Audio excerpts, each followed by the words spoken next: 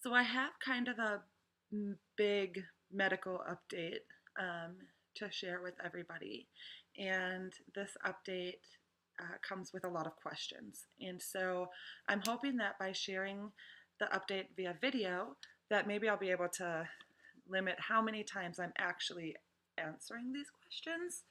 I am having kind of a bad pain day today, so I'm going to try and keep this relatively short. Um, but basically, what is happening is I am getting a service dog. The number one question that's been brought to my attention um, for the few people that I've actually told about this is really a service dog? You're not blind, deaf, or in a wheelchair, so what is a service dog going to do for you? And as you might know, when I was 15, I had a spinal fusion done for severe scoliosis. And that was 17 years ago. Around 7 years ago, I started experiencing a lot of pain and discomfort, and it has escalated tremendously since then. I'm now a pain clinic patient, and the pain clinic has literally told me that there's nothing else they can do for me. We've eliminated all options, and to anticipate that this condition is only going to get worse. And so I'm trying to think ahead to my future and what it looks like.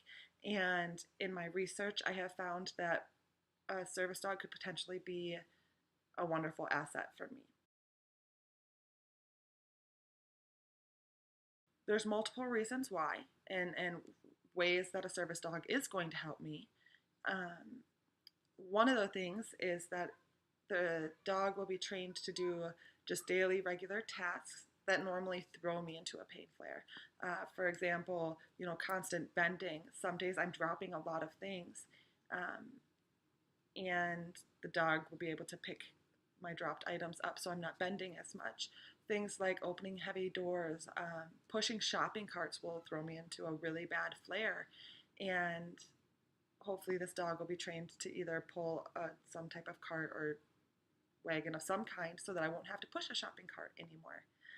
Now, those items are kind of hopefully to prevent a pain flare, but once a pain flare happens, right now I have my kids retrieving my medications, ice pack, heat pad, something to drink to take my medications.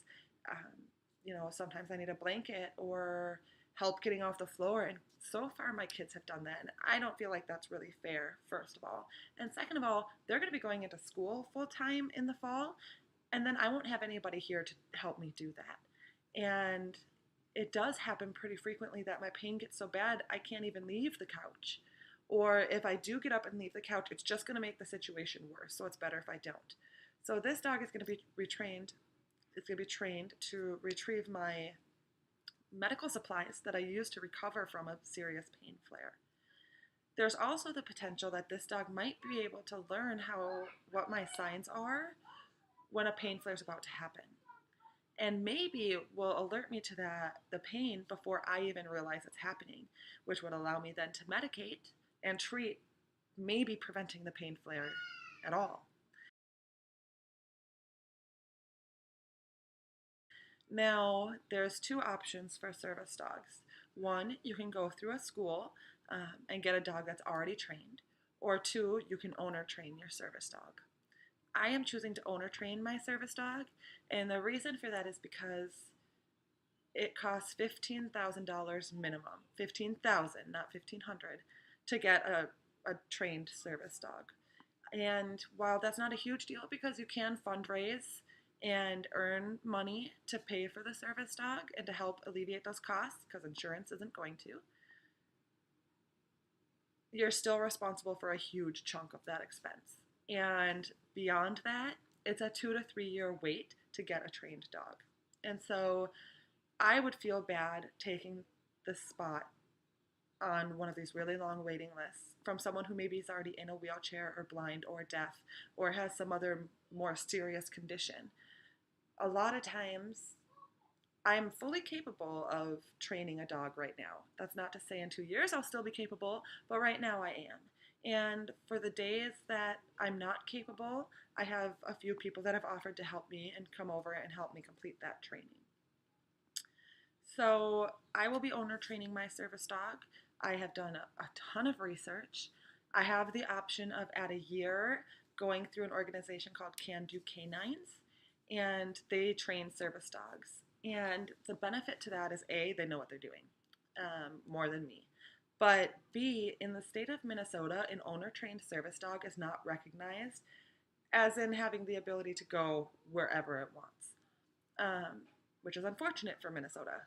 But if you get a dog from like a training school or something of that nature, then the dog is recognized. So at least if I went through Can Do Canines, I'd be given a certificate. The dog went through a school, while still it was trained by me, but still it went through a school. Now, if I choose not to go through Can Do Canines, that's okay. Generally speaking, if the dog is acting and functioning as a service dog, the store or restaurant is not going to question you if it's a legit dog, service dog.